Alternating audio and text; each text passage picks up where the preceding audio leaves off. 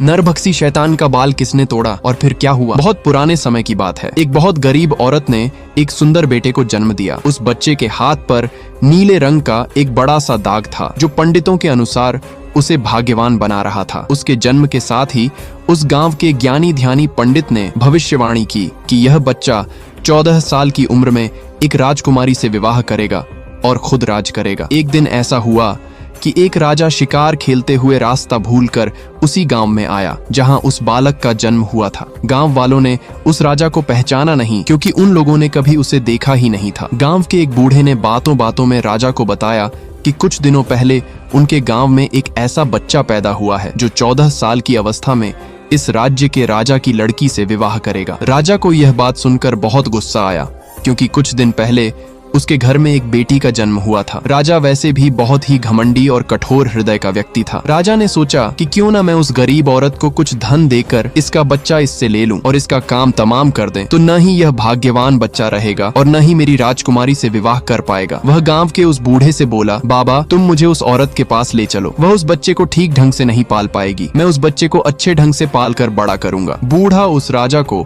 उस भाग्यवान बच्चे की माँ के पास ले गया। राजा ने उससे अपना बच्चा देने की विनती की और बोला, तुम बहुत गरीब हो, इस बच्चे को कैसे पाल सकोगी, ये बच्चा मुझे दे दो, मैं इसे बहुत अच्छी तरह पालूंगा। वह गरीब औरत उसे अपना बच्चा देने से इनकार करती रही। तब राजा ने उसे बहुत सा धन दिया और बोला, इस धन से तुम अपना पेट पालना और जब यह तुम्हारा भाग्यवान बेटा बड़ा हो जाएगा तो खुद ही तुम्हारे पास आ जाएगा। गरीब माँ ने सोचा, चूंकि यह बहुत ही भाग्यशाली बच्चा है इसीलिए यह अमीर आदमी इसे लेने मेरे घर आ पहुंचा है, शायद यही ईश्वर की इच्छा है। बहुत सोच विचार के बाद उस गरीब औरत ने अपना बच्चा राजा को दे दिया। राजा ने उस बच्चे के लिए एक लकड़ी का संदूक खरीदा और उस संदूक में डालकर बहते हुए पानी में छोड़ दिया। उसने सोचा कि दम घुटने से बच्चा इस संदूक के अंदर ही मर जाएगा। वह यह सोचकर मन ही मन बहुत खुश हो रहा था कि उसने अपनी प्यारी सी बेटी को उस अनचाहे पति से बचा लिया। मारने वाले से बचाने वाला बड़ा होता है। यही उस बच्चे के साथ भी हुआ। वह लकड़ी का संदूक बहते बहते एक पंचक्की में जाकर अटक गया। उस पंचक्की पर काम करने वाले नौकर ने जब वह लकड़ी का बक्सा देखा तो बहुत खुश हुआ। उसने सोचा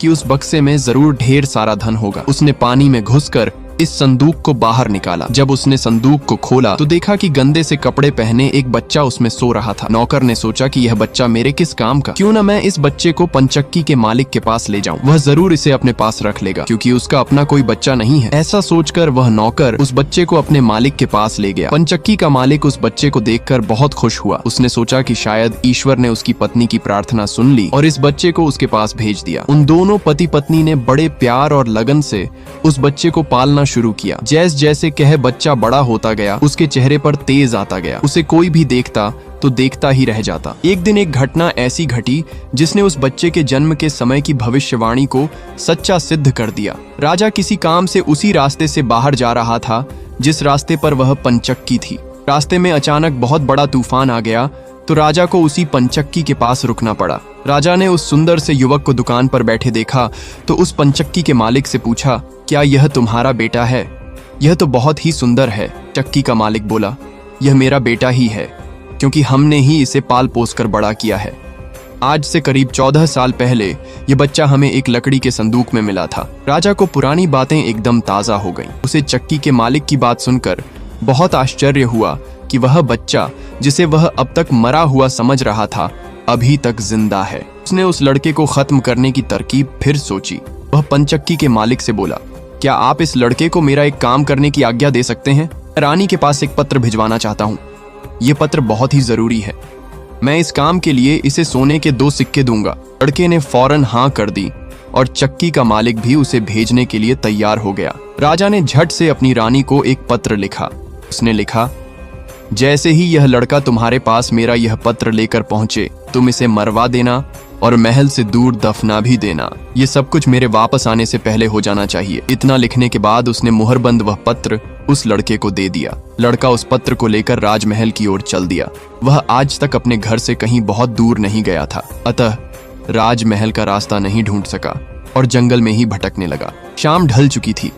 तभी अंधेरे में उसे दूर से रोशनी आती दिखाई दी। वह दौड़कर उस रोशनी की तरफ गया तो देखा कि वहां पर एक छोटा सा कच्चा घर था। उस घर में कोई दरवाजा नहीं था। जब वह उस घर में घुसा उसने देखा कि एक बूढ़ी औरत आग जलाए बिल्कुल अकेली बैठी है। वह औरत उस लड़के को अपने सामने देखकर डर गई। उसने लड़के से पूछा, बेटा तू कहाँ से आ रहा है और तुझे कहाँ जाना है? लड़के ने जवाब दिया, मैं पास के गांव की पंचक्की से आ रहा हूँ और रानी माँ को यह खत देने जा रहा हूँ। मैं इस जंगल में अपना रास्ता भूल गया हूँ।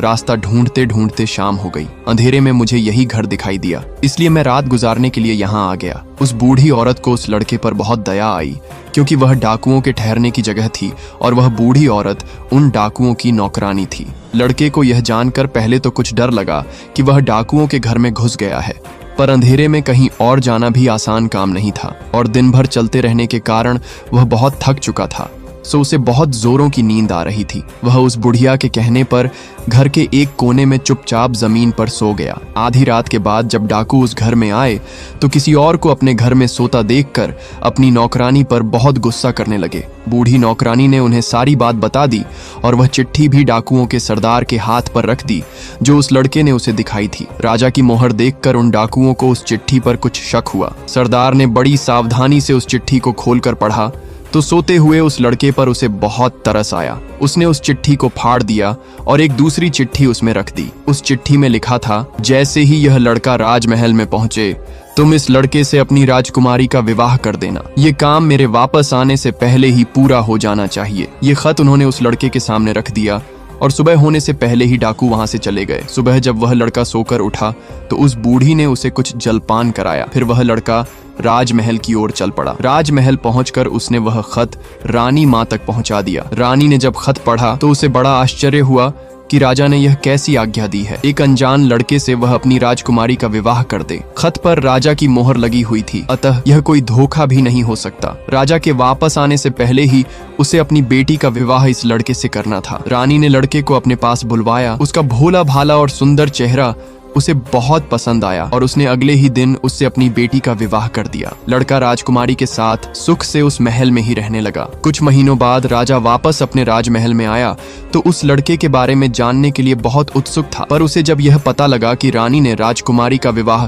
उसी लड़के से करवा दिया है तो उसे बहुत गुस्सा आया। जिस बात को वह नहीं होने देना चाहता था उसकी पत्नी ने वैसा ही कर दिया। उसने अपनी पत्नी से वह खत मांगा। राजा ने उसमें उस लड़के से राजकुमारी के विवाह की बात लिखी देखकर हतप्रभ रह गया। उसे लड़के पर शक हुआ कि वह पढ़ा लिखा है, जरूर रास्ते में खत बदल दिया होगा। उसने लड़के को अपने पास बुलवाया और उसे सच्चाई बताने की आज्ञा दी। लड़का बोला, हे राजन, मुझे कुछ नहीं पता कि इस खत में आपने क्या लिखा था, क्योंकि मैं तो इसे ऐसा ही लेकर आ गया। हाँ, जंगल में मैंने एक पुराने घर में रात जरूर गुजारी थी, क्योंकि मैं राजमहल का रास्ता नहीं ढूंढ पाया था और जंगल में भटक गया था। राजा को उस लड़के की बात पर विश्वास नहीं हुआ। वैसे भी राजा को उस लड़के से बहुत नफरत थी। वह नहीं चाहता था कि उसकी बेटी से शादी करने के बाद वह इस राज्य का राजा बने। वह लड़के से बोला, मेरी गैरहाजिरी में रानी ने मेरी बेटी की शादी तुझ कंगाल से कर दी है, पर मैं इस शादी को तब तक अपनी सहमति नहीं दूंगा जब तक तू मुझे शैतान के 3 सोने के बाल नहीं ला कर देगा। जब तू ये 3 सोने के बाल मुझे देगा तभी सही मायने में उसका पति बन पाएगा। राजा ने ऐसी असंभव शर्त इसलिए रखी थी कि 3 सोने के बाल ढूंढते ढूंढते ही यह लड़का कहीं मर खप जाएगा। इस प्रकार उसे इस लड़के से अपने आप छुटकारा मिल जाएगा। अब लड़के के आगे राजा की आज्ञा का पालन करने के अलावा कोई और रास्ता नहीं था, क्योंकि अगर वह राजा की आज्ञा का उल्लंघन करेगा तो भी राजा उसे मरवा देगा। इससे अच्छा है कि बाहर जाकर ढूंढने पर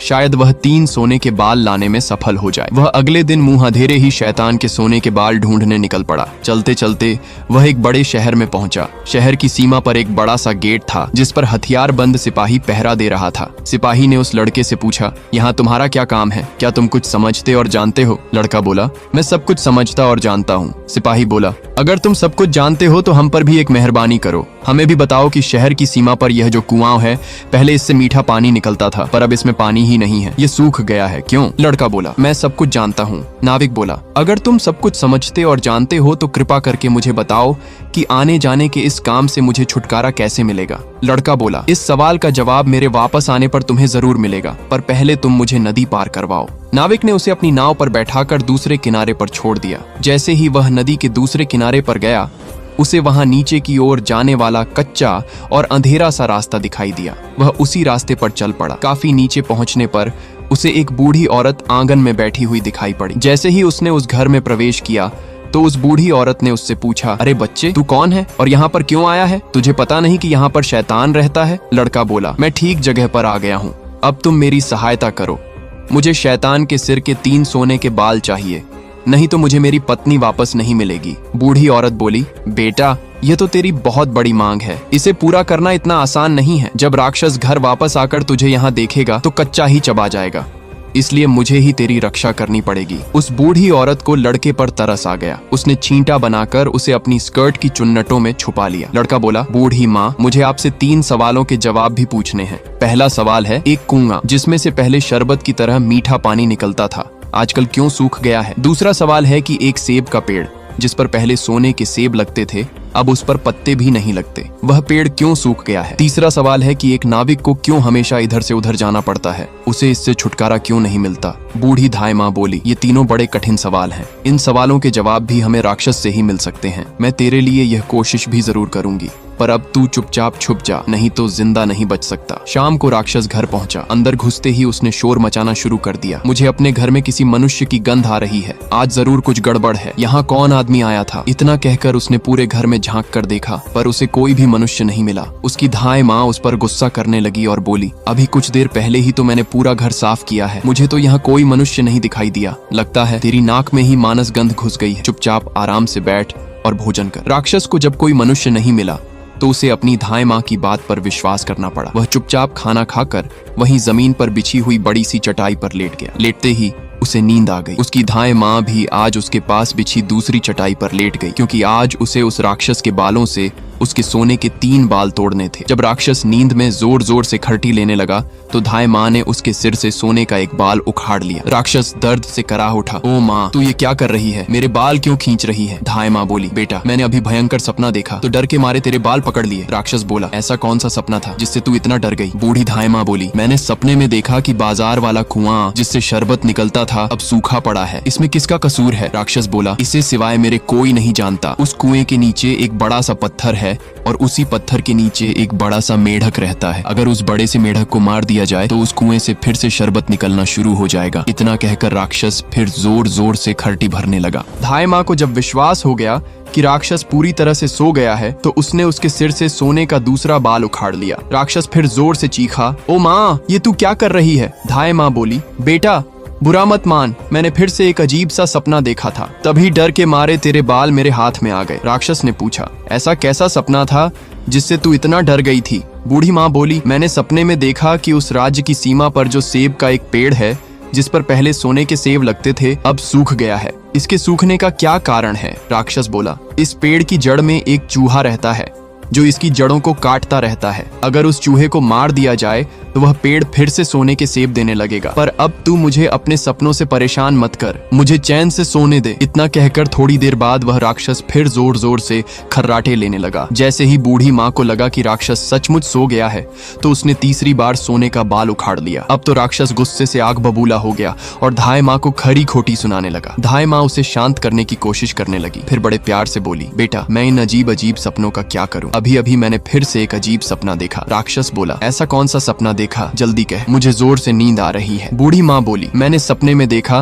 कि मुझसे एक नाविक शिकायत कर रहा था कि उसे हर समय इधर से उधर जाना पड़ता है, उसे इससे छुटकारा क्यों नहीं मिलता? इसमें उसका क्या कसूर है? राक्षस बोला, वह नाविक मूर्ख है। जिस दिन वह किसी और आदमी के हाथ में अपना चप्पू दे देगा उसे हर रोज के आने जाने से छुटकारा मिल जाएगा। इतना कहकर राक्षस फिर से अपनी चटाई पर लेट गया और खर्राटे लेने लगा। अब धाय माँ ने उस लड़के को अपनी स्कर्ट से निकाला और उसे 3 सोने के बाल देकर बोली, अपने तीनों सवालों के जवाब तो तू सुन ही चुका है, अब ये ले 3 बाल और तुरंत यहाँ से भाग जा। लड़के को असली रूप में करने के बाद धाय माँ ने झटपट उसे घर से बाहर निकाल दिया। लड़के ने हृदय से उसको धन्यवाद दिया और अपने ससुर के राज्य की ओर चल पड़ा। रास्ते में उसे फिर वही नाविक और पहरा देते हुए दोनों सिपाही मिले। नाविक ने जब उसे दूसरी ओर उतारा तो वह लड़का बोला, तुम अपना यह चप्पू किसी और के हाथ में दे देना, तभी तुम्हें इस रोज रोज के आने जाने से छुटकारा मिल जाएगा। जब सिपाही को उसने उसके प्रश्न का उत्तर बताया तो उसने बहुत सा धन एक गधे पर लाद कर उस लड़के को इनाम के रूप में दिया। वह उस धन से लदे हुए गधे को लेकर जब पहले सिपाही के पास पहुंचा तो उसे भी उसके प्रश्न का उत्तर बताया। उस सिपाही ने भी बहुत सा धन एक गधे पर लाद कर उसको इनाम दिया। अब वह सोने के 3 बाल और 2 गधों पर ढेर सारा धन लेकर अपने ससुर के पास पहुंचा तो उसे देखकर राजा हैरान रह गया। तीनों बाल और धन से भरे हुए 2 गधों को देखकर राजा ने उससे पूछा, तुम्हें यह इतना ढेर सारा धन कहाँ से मिला? लड़का बोला, मैं नदी के उस पार गया था, वहाँ मुझे बहुत सारा धन मिला, उसमें से कुछ धन मैं अपने साथ ले आया। राजा को लालच आ गया। वह लड़के से बोला, क्या मैं भी नदी के उस पार से तुम्हारी तरह कुछ धन ला सकता हूँ? लड़का बोला, क्यों नहीं। उस नदी में नाव पर एक नाविक बैठा है जो अपनी नाव से आपको उस पार ले जाएगा, पर आप उसका चप्पू उससे लेकर नाव को खुद चलाएंगे तो नदी की दूसरी ओर पहुंचकर ढेर सारा धन ले आएंगे। लालची राजा इतना सुनकर नदी की ओर चल पड़ा। वहां सचमुच ही एक छोटी सी नाव पर एक नाविक बैठा था। राजा उस नाविक के पास गया और उसके हाथ से उसका चप्पू लेकर खुद नाव चलाने लगा। अब उस नाविक को रोज के आने जाने से छुटकारा मिल गया और राजा को उस नाविक की जगह हर समय नाव पर इधर से उधर जाने की सजा मिली।